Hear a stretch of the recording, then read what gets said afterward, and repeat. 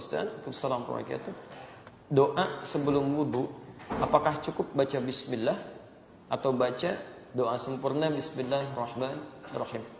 Doa sebelum wudu. Jadi antum saat akan wudu kemudian berdoa terlebih dahulu. Apa doanya? Baik. Yang bismillah angkat tangan. Yang bismillahirrahmanirrahim. Baik. Yang Allahu a'lam. Alhamdulillah. Baik. Jadi kita nggak usah ngarang, kita kembalikan ke dalilnya. Antum baca apa? Tahu nggak dalilnya dari mana?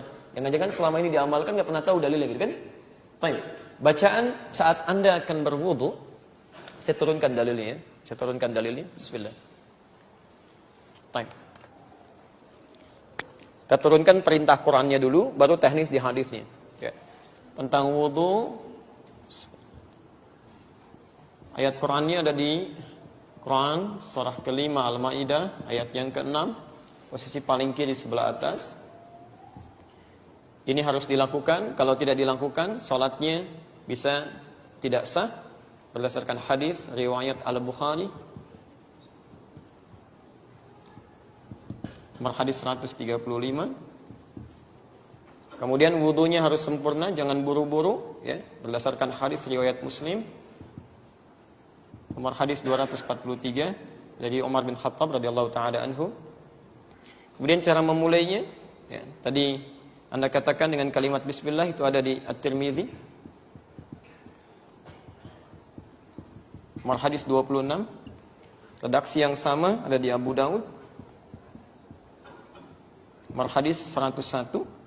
Redaksi yang sama ada di hadis riwayat Ibnu Hibban, Sahih Ibnu Hibban nomor hadis 399. Redaksi yang sama ada di Al-Hakim An-Naisaburi di kitabnya Al-Mustadrak nomor hadis 7000. Baik. Kemudian setan penggodanya, ada nama setannya, namanya Walhan. Jadi ini setan yang suka goda orang wudu, membuat dia was-was apakah wudunya batal atau enggak, kadang membuat dia terburu-buru kan. Kemudian kesempurnaannya, Quran surah kedua ayat 222. Hasilnya Quran surah ketiga ayat 31. Kemudian kalau Anda ingin agak lengkap kitabnya, saya berikan dua kitab. Pertama Fathul Bari Syarah Sahih Al-Bukhari karangan Ibnu Hajar Al-Asqalani, jilid yang pertama halaman 214. Kemudian Al-Minhaj, tapi Al-Minhajnya yang Syarah Sahih Muslim, bukan Al-Minhaj yang buku saku ya. Ada 9 jilid di situ, cari jilid yang ketiga halaman 95. Yang saya punya cetakan Darul Hadis, warnanya biru dongker, tahun terbit 2002.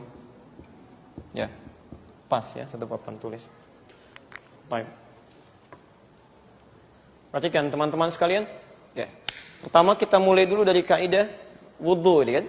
Ada perintahnya dalam Al-Qur'an, baru kemudian turunan praktek hadisnya. Perhatikan kalimatnya. Ya. Quran surah kelima Al-Maidah ayat yang ke-6, posisi paling kiri sebelah atas.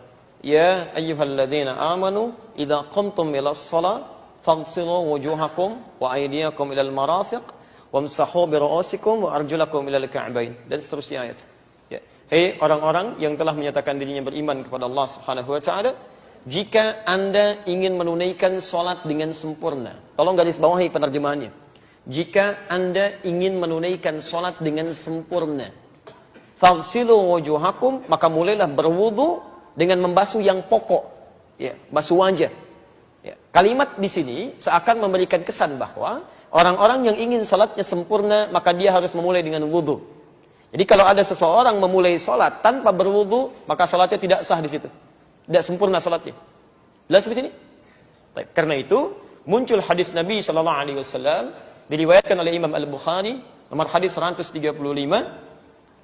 Beliau sampai menyatakan kalimat yang tegas, Rasulullah sallallahu alaihi wasallam, la tuqbalu salatu man ahdatha hatta yatawadda. Tidak akan pernah diterima salat yang orang yang punya hadas sampai dia berwudu. Ya, hadas itu artinya belum berwudu. Jadi kalau antum salat khusyuk apapun sampai menangis luar biasa, bacaannya panjang tapi nggak punya wudu, nggak akan diterima. Ya. Ini poinnya. Yang kedua, tidak cukup berwudu saja, tapi mesti sempurna wudunya. Sempurna wudunya.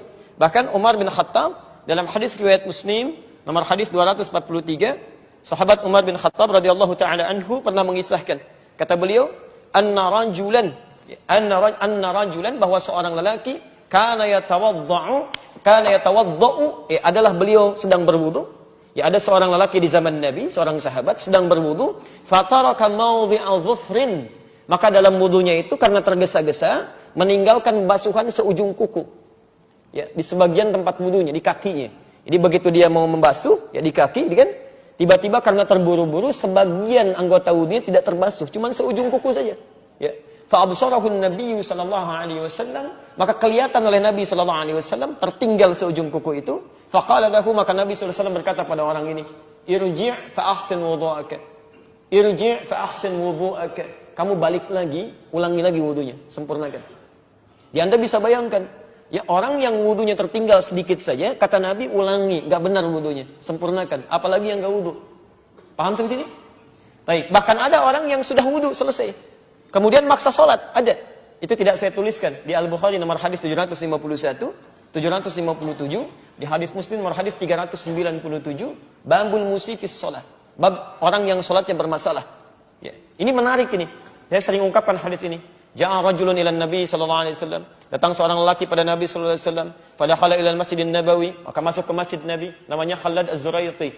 Fa shalla bi jambin Nabi sallallahu alaihi wasallam. Salat di samping Nabi sallallahu alaihi wasallam. Salat aja enak. Dari takbir sampai salam. Falamma sallama yaminan wa syamala, tatkala salam ke kanan dan ke kiri, pakai fa, ingat. Apa yang saya jelaskan di awal. Faqala lahu an-nabiy sallallahu alaihi wasallam. Nabi tidak menunggu lama, langsung mengatakan pada orang ini, "Shalli fa innaka lam tusalli." Anda salat lagi karena Anda belum salat. Fa'ada salatahu 3 marat, maka dia mengulang salatnya sampai 3 kali. Faqala lahu an-nabiy sallallahu alaihi wasallam mithla ma kana. Namun Nabi tetap mengulang kalimat yang sama. Anda salat lagi karena Anda belum salat. Shalli fa innaka lam tusalli. Faqala, maka dia berkata, "Ya Rasulullah, ma uhsinu ghairah." Ya Rasulullah, saya tidak bisa lebih baik lagi daripada ini. Alimni, tolong ajarkan saya. Nah, ini syahid kita di sini. Hujah kita di sini. Ketika dia mengatakan, "Ya Rasulullah, tolong ajarkan saya." Apa yang direspon oleh Nabi? Maka Nabi SAW bersabda, faqala Rasulullah SAW, "Idza qumta ila shalah," kalau kamu ingin salatnya sempurna, fa asbighul wudu, maka cepat sempurnakan dulu wudunya. Begini caranya. Ya, kata para ahli hadis, kalau yang bermasalah cuma salatnya saja, maka Nabi akan mengatakan, kalau kamu pengen salat begini caranya, takbir, angkat tangan segini sampai salam. Tapi ketika Nabi memulai penjelasan dari wudu, artinya bukan salatnya saja yang bermasalah, wudunya pun bermasalah. Jadi orang-orang yang wudunya bermasalah pasti akan berdampak pada salatnya. Kalau nggak percaya silakan.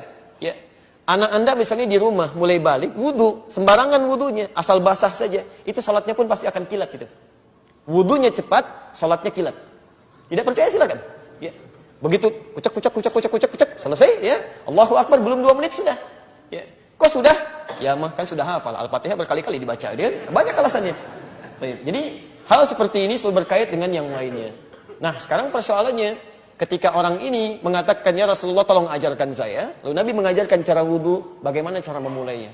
Maka dimulai di At-Tirmidzi nomor hadis 26, redaksi yang sama di Abu Daud nomor hadis 101, ada juga di Al-Mustadrak Al-Hakim An-Naisaburi nomor hadis ke-7000, juga di Ibnu Hibban nomor hadis 399. Bagaimana cara memulainya? Lihat kalimatnya. La salata. Nabi SAW bersabda, ya, la salata liman la wudu'a lah.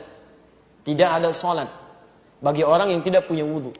Jadi kalau Anda tidak wudu kemudian salat, salat Anda tidak diterima. Jelas di sini? Terus wala wudu'a liman lam yadhkur ismallah. Ini poinnya. Dan tidak diterima wudu seseorang, tidak sempurna wudu seseorang bagi orang yang tidak memulai dengan menyebut nama Allah Subhanahu wa taala. Lam yadhkur ismallah. Kalimatnya udhkur ismallah. Ya. Baik, lihat kalimatnya. Saya hapus yang ini saja. Bismillah. Yadhkur ismallah.